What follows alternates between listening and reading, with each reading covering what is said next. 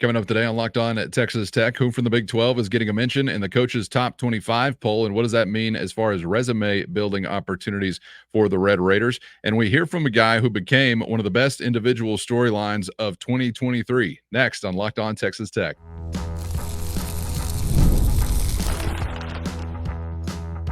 You are Locked On Texas Tech, your daily podcast on the Texas Tech Red Raiders. Part of the Locked On Podcast Network, your team every day. Great to be with you again on Locked On Texas Tech on the Locked On Podcast Network, your team every day, always free and available on YouTube or anywhere you get podcasts. And thanks as always for making us your first listen. Today's episode brought to you by FanDuel. Make every moment more. This summer, FanDuel is hooking up all customers with a boost or a bonus daily.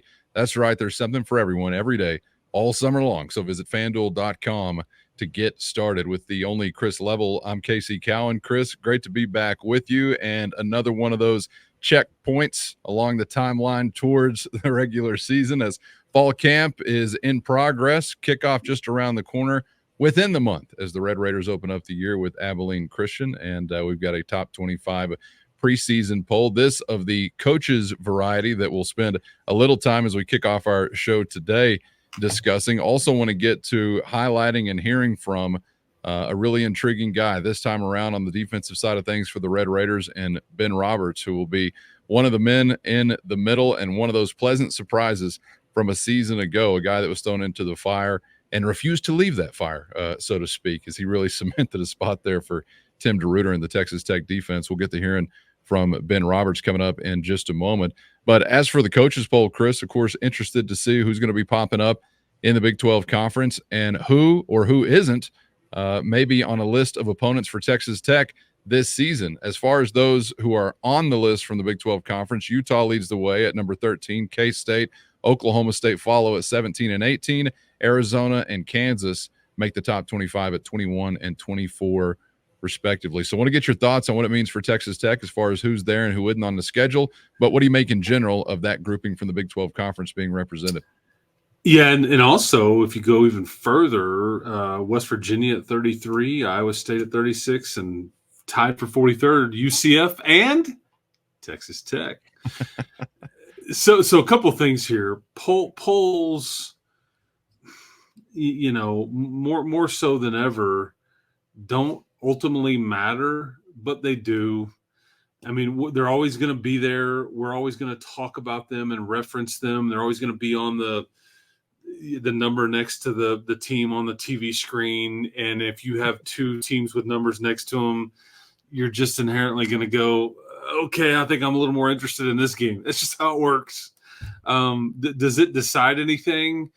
Are you guaranteed anything if you're ranked, right now or whatever? No, but I think it's a good, measure. And you'll have the coaches poll, and then you'll also have the, the media poll, which the AP, which are two different things. This is actually a poll that Joey participates in. The following Big 12 coaches, I think I'm right here, because I looked it up to be sure. So I think I'm right. I don't think I've missed anybody. But Neil Brown, Chris Kleiman, Lance Leipold, Gus Malzahn, Kenny Dillingham of Arizona State, and then Willie Fritz at Houston, and then Joey McGuire. They all participate in putting this poll together. And whether they do it, whether their SID does it, there's somebody from Texas Tech that submitted a vote in a ballot to this poll. But I always think that the fun thing about polls is that it gives you the idea of kind of this big picture thought of what everybody else thinks. Like it's a group think. And it's pretty close to what we kind of have thought most of the offseason. And maybe the poll is a product of, well, I'm just going to rank it based on all the talk and everything that I've read all summer long, and I'll kind of do it that way. Who knows? Chicken or the egg? I don't know which happens first. But I think it's interesting because these five teams, and I think there's some people that would take issue with West Virginia and Iowa State not being voted in. I would actually say that I could argue that West Virginia and Iowa State probably deserve to be in this deal more so than Kansas does. But, it's people are sniffing the Kansas glue this offseason just over and over and over. They love the Jayhawks, Chris. And it's all based on a quarterback, or a lot of it based on a head coach that's done a great job. But a lot of it's based on a quarterback that he's had way more injuries than Baron Morton has. They may be right, but I feel like they're getting a ton of the benefit of the doubt this summer, a little surprisingly to me.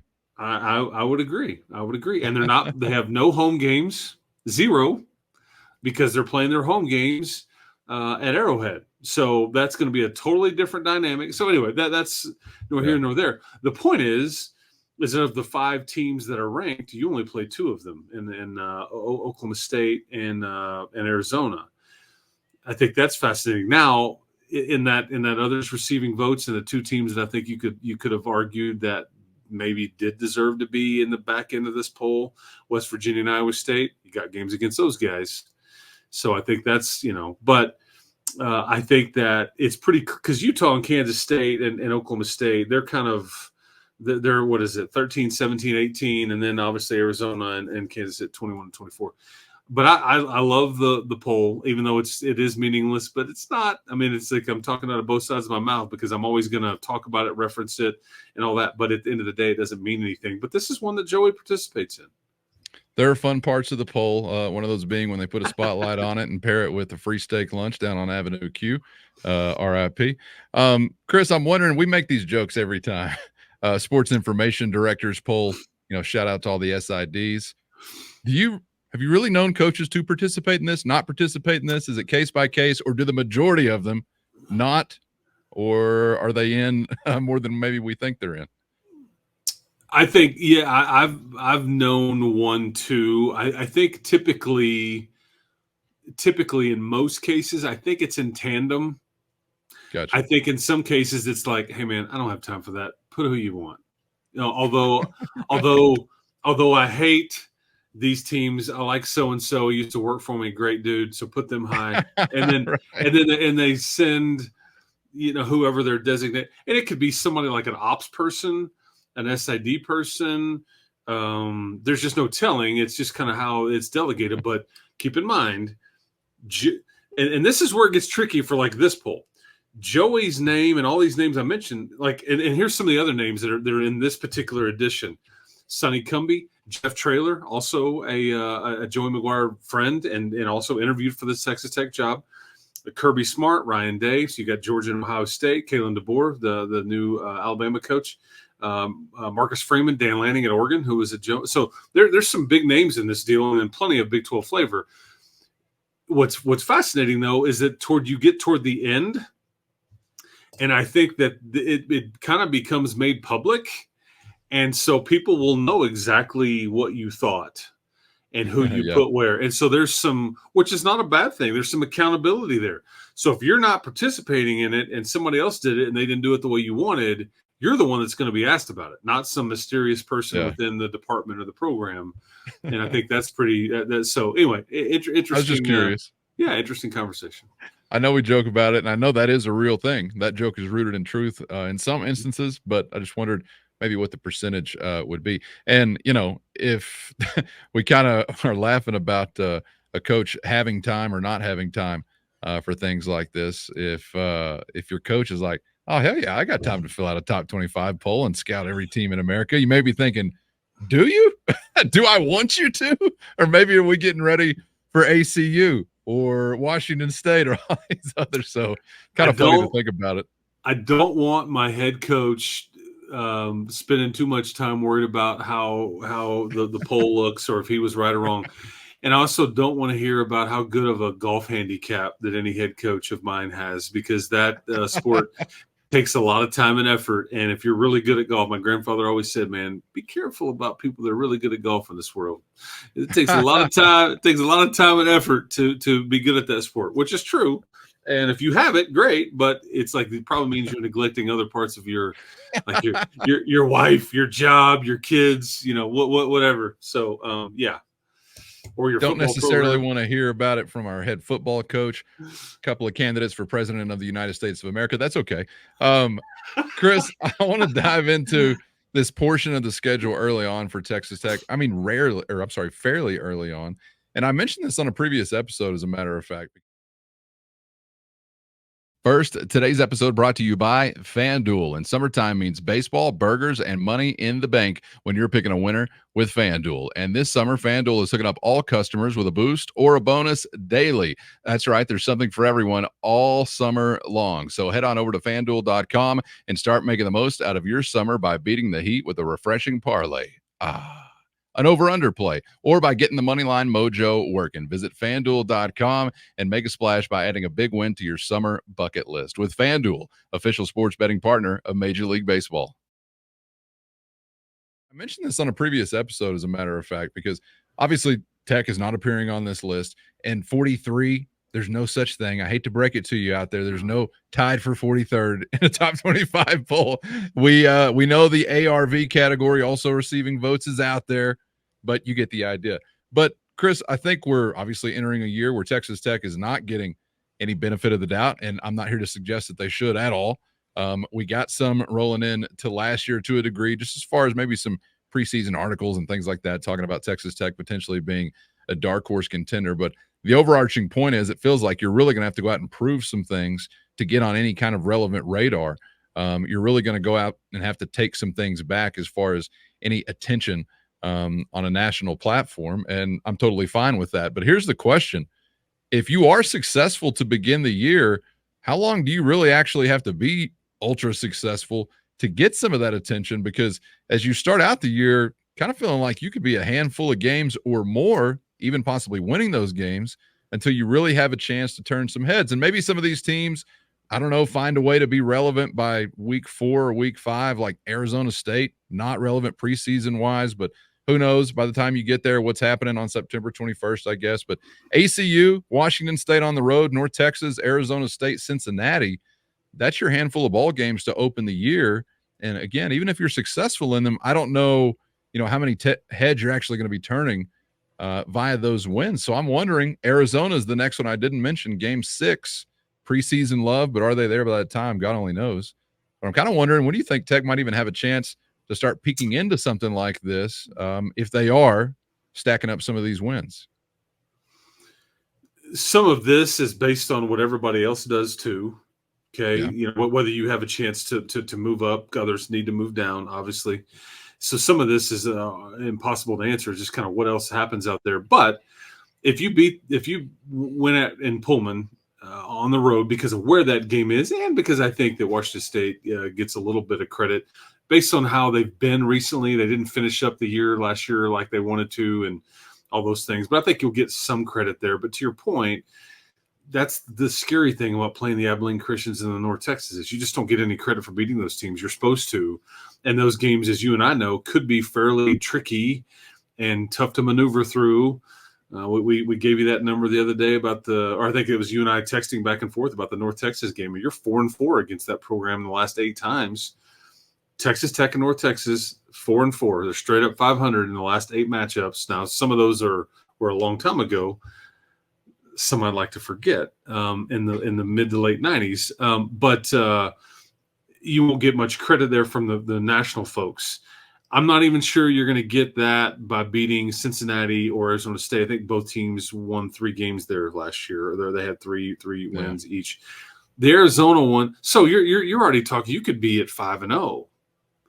And it may be they didn't play nobody, guys. That may be the argument against you, which in some ways is true. However, depending on what else happens out there, if you're sitting there at 4-0 or 5-0, you could get the nod. But the Arizona game, that's where you really have a chance to turn heads. If you are somehow undefeated going to Arizona and you pull that one off, I'll be stunned if you're not ranked. And Tech fans would have every right to. If they weren't ranked the following Sunday or Monday after a 6-0 start winning at Arizona and you weren't ranked, you would have every reason to gripe. But then you and I will sit here and say, hey, man, just keep winning. It'll take care of himself. Polls are meaningless. That's right. That's what we'll say, even though we secretly want that number in front of your team's name. Sure. Well, and I think we would also sit here and say, or at least I would, I'm not telling you to pencil in 3-0, 4-0, 5-0. And I'm not sitting here trying to have this be a conversation, Chris, where it's like, well, we know they're going to get off to a great start. So how long is it going to take for us to get ranked? That is not the tone of the conversation. But I am just kind of wondering hypothetically, like, what would it have to look like given some of what you have to begin your season, and that being mostly off of relevant college football radars? So would it have to be 5-0? Would it have to be 6-0 for you to find a way to creep in there? Sounds like it may be somewhere in that territory. But, of course, plenty of opportunity as you get to October and November, and you really talk about the end of that schedule, Chris. And everyone has to hold up their end of the bargain, obviously, for these things to remain meaningful as far as, say, a resume or something like that. But Oklahoma State, West Virginia, they're on the tail end. So it'll get spicy as it typically does, obviously, in October and November. Hopefully, from a record standpoint, you've still got something to protect by the time you show up there. Washington State, take an L on the road, even though it is on the road. That's going to be a big ding, and people may have already lost interest in whatever your record may be, again, from a ranking or national kind of standpoint. And I tell you what, I don't know. There may be no greater fan base with early season trauma going into this one as compared to the Red Raiders after what we faced the opening round last time out. So definitely a step-by-step, week-by-week approach for me this year. There's Kool-Aid all around me. I've refused every serving so far, but I don't know about you. As we get closer to kickoff, I get a little thirstier for some of that there Kool-Aid. I think I will have a dose. Absolutely. But, man, Wyoming on the road did a number to the hype balloon kind of vibe. So, I don't know. I think there's probably a lot of Red Raiders out there who are taking the trust but verify or wait and see kind of approach. We'll keep it with the Red Raiders, but let's get a little more localized. Chris, you had a chance at Texas Tech's local media day to visit with a few different Red Raiders, and we heard some of that conversation with Texas Tech tight end Jalen Conyers just a few days ago. I want to flip to the other side of the line of scrimmage and hear from a guy here today who I am just as interested in rolling into 2024. He's not a newcomer, but a season ago, as far as being a known commodity, he was a newcomer, and we're talking about Ben Roberts. First, today's episode brought to you by eBay Motors, and eBay has everything you need to maintain your vehicle and keep that ride or die ride on the road, or elevate your car's game to the next level of performance. Superchargers, roof racks, exhaust kits, LED headlights, accessories of all kinds to fit your style, whether it's speed, power, or design you're into. eBay Motors has you covered with over 122 million parts to perfectly fit what you need. Just head over to ebay.com/motors, where you'll always find exactly what you're looking for, and at no risk because of eBay's guaranteed fit. Your part is guaranteed to fit just right every time, or your money back, keeping you burning rubber and not burning cash. With all the parts you need at the prices you want, it's easy to keep your ride or die on the road and moving your life forward at ebay.com/motors. eBay guaranteed fit, only available to U.S. customers, eligible items only, exclusions do apply. And we're talking about Ben Roberts, obviously thrown into the fire early on in the year. And, man, I think going into the Oregon game, you're really thinking, all right, we've got a grizzled veteran on the other side, and here's our young dude who's going to be manning it full-time for the first time on the inside. But that was just the beginning of the journey in 2023 for Ben Roberts, and you spoke with him about that pathway. The journey's crazy. I got 4 snaps in the Wyoming game, which was like, okay, I get it. I'm a young kid. And then going into Oregon week, it was like, hey, you're going to start this week. And I was like, I'm going to start. And it was, okay, I better be ready, because, middle linebacker had to make a lot of calls that game just based off of formations. But going into that game after the first drive, I was like, I can really do this. And then I never let anybody take my spot after that. It was, hey, this is my spot. I'm sorry, but if that means I gotta be a mean guy on the field, I gotta be a mean guy on the field. But and now I'm at a point where I'm helping younger guys like John Curry and Justin Horn and Mike Dingle. It's like, if you really want to do this, this is how you got to do it. But I'm not going to make it easy for you because you're coming from my spot. Love the attitude. And, man, he was one of the really, really fun storylines from a season ago, and is one they really needed to be that way, and hope it continues into 2024. Yeah, and he's why young players are so frustrating at times, and he was the opposite of that, because young players show you flashes, they show you potential, and you see what's there, but then you also see what's there. And yet he was consistent, and that's just typically what young players fight with. They can't do it all the time and play at a steady level and a high level in Ben's case. And yet that's why we liked Ben so much, because he brought it. I mean, he had double-digit tackles against, I think, in 6 or 7 of the 11 or 12 games that he played. And just, he was just steady and a real. And I think what is fascinating to me is I use the word fascinating way too much, by the way. You need to start calling me on that. I need to not use that word so much. Self-correction. Well, that's fascinating. Yeah, that's right. It is. I don't think typically the typical high school player, even the D1 high school player, understands the mental part, or how much that has nothing to do with how big you are, fast you are, strong you are, whatever. It's how complicated the college game is. There are levels to this. And that's what I think he's basically trying to tell everybody right there, is that there's a lot on me. I mean, mentally, I'm responsible for a lot, and what we are in, and it's not just me that's going to suffer. It's my teammates and my side of the ball and my program and all that stuff. And I think he would tell you that it was 8 to 12 hours a week of studying that had nothing to do with practice or weightlifting or classwork, normal classwork or meal time or whatever. And not everybody's willing to commit to all that. But when you do, and you've got all the other stuff to go with it, it's a beautiful thing to watch. And that's why Ben Roberts was a freshman All-American, and why he was so consistent, because he put the time in. And it's funny that he had a light bulb go off moment, like, I can do this. And he did it against Oregon, and he never stopped doing it. And that's fun, because, I mean, the sky's the limit for him and his compadre next to him, and Jacob Rodriguez.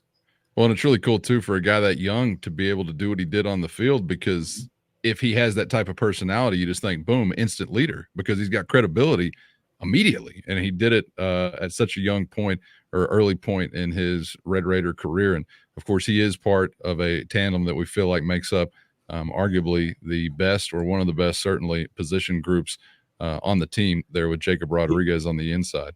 And he's going to be one of these kids that if it goes like we hope, he's going to have 2 more years after this one.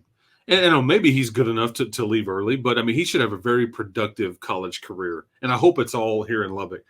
He's going to be one of these guys that people around the league are going to go, he's still there. When you play your first year of eligibility, and you play and you start and you're productive and everybody already knows your name, just remember I said that. In a couple of years, it's going to be like, dude, when does he run out of eligibility? And those are great guys to have, because people were sick of seeing Davion Taylor Demerson on their depth chart for the opposition, I guarantee you.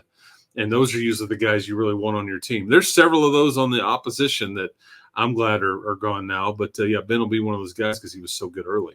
Yeah, I know that feeling as an opposing fan. This guy is still around. This is his 15th year, but I'd like to try some of that out, certainly. And another dose, just like rabbits, would be fine as the fan of the guy that's playing for your team. Let's take another listen to Ben. Going back to last season, he talked about, getting the opportunity and not relinquishing the opportunity, not giving up the spot. And he discussed with you, Chris, sort of part of the process to making that possible, and what had to be involved between the years, what had to go on between the years, or maybe not so much go on between the years. Here again is Ben Roberts. I was spending up to 8 hours a week just, trying to study stuff or figure stuff out. And that's not including time with your coach. That's just on your own. When you're on the field, it takes a lot of mental power, and you might overdo it and you're thinking too much. That kind of became what I was doing in the middle of the season. I was starting to think a little too much. But, so my coach Book was like, you need to stop, go out there, don't think. And I was like, okay, I will not think. But now I think I'm at a point where it's like, I know my job and I know how I can play football while I do that. And the next step in the film room for me would be being able to diagnose, hey, they're about to run this play just based off their formation or just the little things that I can see. And, of course, that's part of the process for a thinking man's football player, maybe learning when to dial it in every once in a while, right? Yeah, as Ruffin McNeil used to say, clear eyes equal fast legs. And there's the whole analysis by paralysis or paralysis by analysis, whatever it is. Yeah, sometimes you can overanalyze and then it slows you down. It's like, okay, well, I saw this 9 times, but there was the one time where they did this, and so no, just see, sick them, go get it. But there's still a lot that you can learn, and it's away from and thankfully with technology with these kids, he can be at home on an iPad and get have everything available to him in the coach's system about cut-ups and game planning and about watching film of the opposition. It's all available to them, and they can be at home, and it's so much easier than you got to go up to the facility, get the projector out, and we got to turn the lights off, and then you hear got to feed the film in there. I mean, it's completely different than it used to be. And they still watch film. It's really not film. It's just watching video or watching. There's hadn't been film in a long time. That was a long time ago. But that's what it takes at this level. That's what that's what is required of you. Especially quarterbacks, especially interior linebackers. I think a center. There's certain positions where it definitely, there's more of that required of you if you're going to be any good at it, or if you want to, play at the next level and be really good at the level that you're at. And I'm glad that Ben has picked up on that, because it's certainly a great example. And that's where John Curry and all the younger folks around him that are coming up in the program now, they're all going to, Mike Dingle, they're all going to watch your Ben Robertses and your Jacob Rodriguez's and go, this is what it takes. This is what I must do. And your Will Hammonds are now watching Baron Morton do this, and on it goes. And Baron Morton watched Tyler Shuck do this. And that's the way it's supposed to work.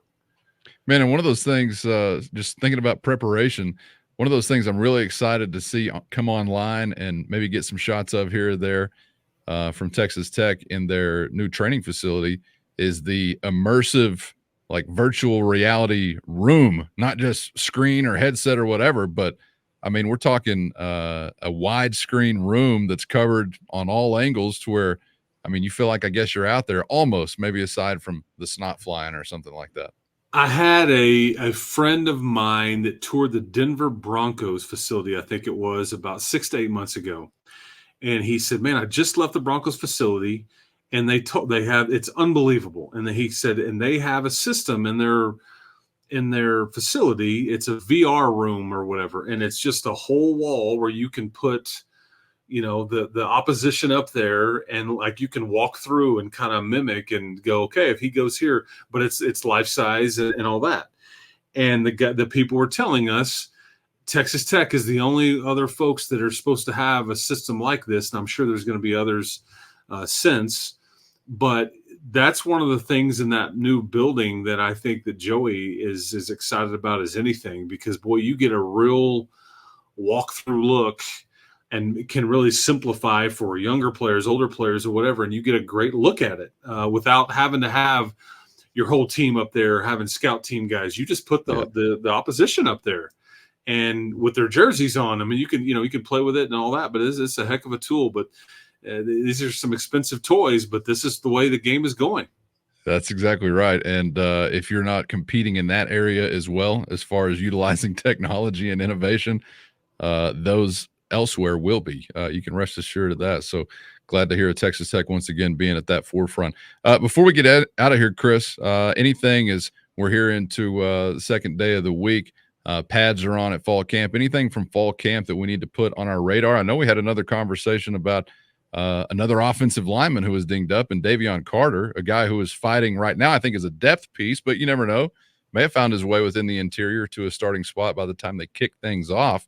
That was the biggest thing that stood out to me. But anything else I'm missing? And what'd you make of the Carter news? Yeah, I don't think there's anything else. I mean, I'm going to tell you that position group is just going to be a nervous hotspot for me until Joey's like, everybody's back, everybody's good to go. There are no issues. In fact, they're awesome.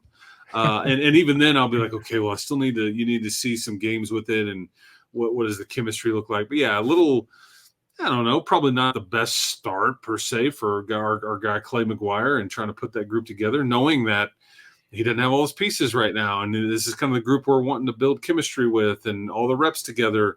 Young players are benefiting. You're getting into some more of your depth. It's probably great for Dalton Merriman and Dylan Shaw and some of these other folks that have gotten, I think, reps and snaps according to what Joey has said, but not ideal that two of your senior transfer portal guys have missed any practices, much less maybe a week. And again, precautionary.